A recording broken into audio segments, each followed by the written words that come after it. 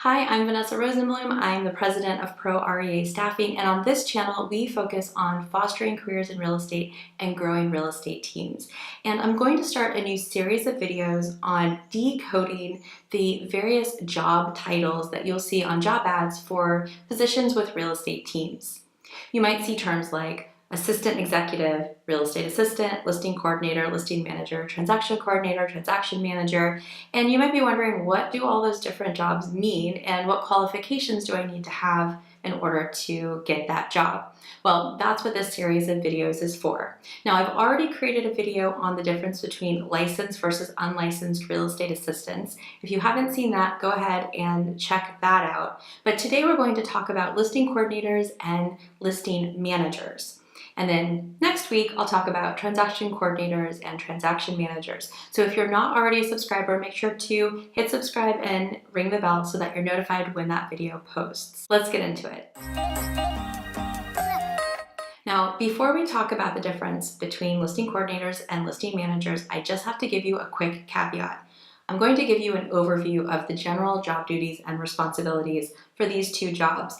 But in truth, every team does things a little differently, and there are different customs and practices in different parts of the country. So your specific job duties might be different, and it's possible that you might be the listing coordinator and the transaction coordinator, or the general administrative assistant and the listing coordinator. So this might be a piece of your job if your team isn't large enough to require a dedicated listing coordinator or listing manager. But so let's get into, what does a listing coordinator do? The listing coordinator's job starts when an agent gets an appointment for a listing presentation. And there are some really essential steps that the listing coordinator is responsible for in order to prepare the agent for this appointment. So first, you'll want to prepare the listing agreement and the disclosures. Depending on your team, the transaction coordinator might prepare these documents, but often the listing coordinator will prepare the listing agreement and the necessary disclosures. They'll also pull the property profile, and this is essential because the property profile tells you who is legally allowed to sell the property, who's on title, and it will also tell you if there are any liens against the property.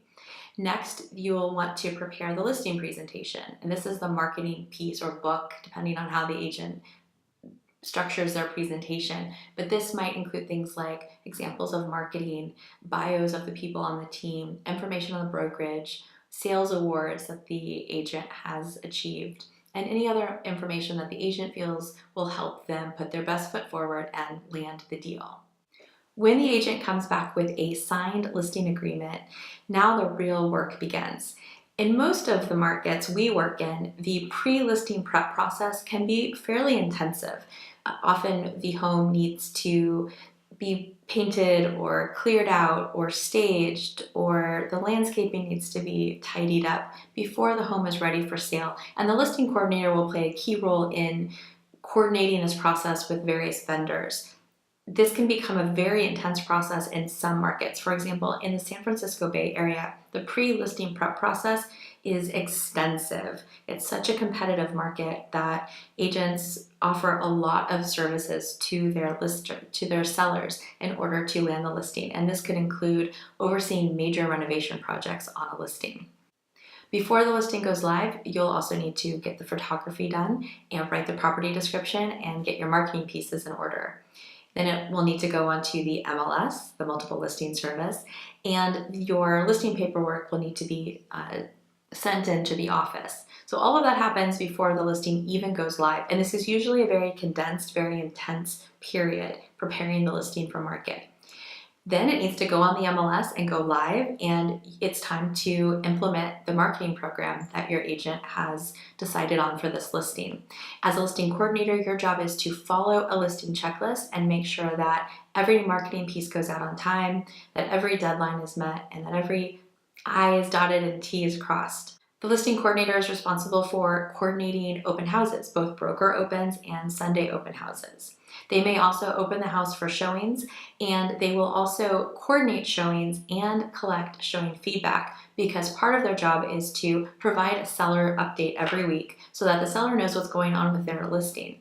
And this communication piece, making sure that everyone involved in the listing knows what's going on and feels like they're getting all of the information they need, is really essential and a core responsibility of the listing coordinator. Now, at some point, you'll start to receive offers, and as the listing coordinator, your job is to coordinate these, make sure that the agent and the seller gets this information as quickly as possible, and again, coordinating communication between all parties. Listing coordinators can vary in experience, but it tends to be a more entry-level role in a real estate team. Often, somebody doesn't need to have prior real estate experience to come into this role. Generally, 2 years of solid administrative experience, excellent attention to detail, great organizational skills, a love of serving others, and great customer service skills. Those are the things that are really essential to succeed in a role as a listing coordinator. All right, so we've talked about listing coordinators. Now let's talk about listing managers. Now, listing managers are more experienced listing coordinators. They are almost always licensed, and in many ways, they act as the agent during the listing process. On some teams, the listing manager will even attend listing appointments with the agent so that they can build rapport with the seller and also talk about the marketing strategy that they'll implement.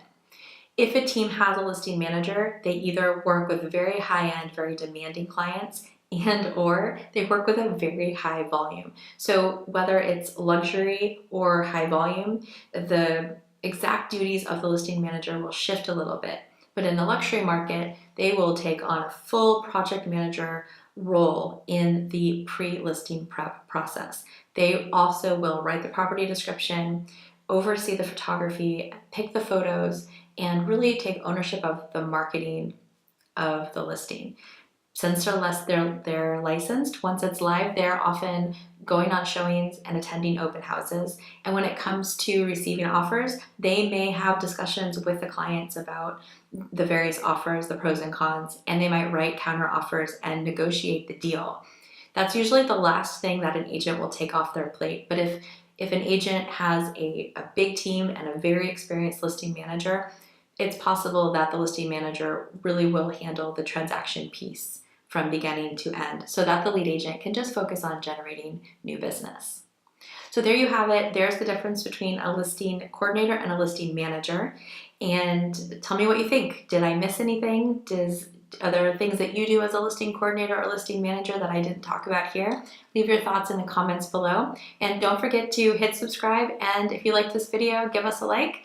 I will see you on the next video.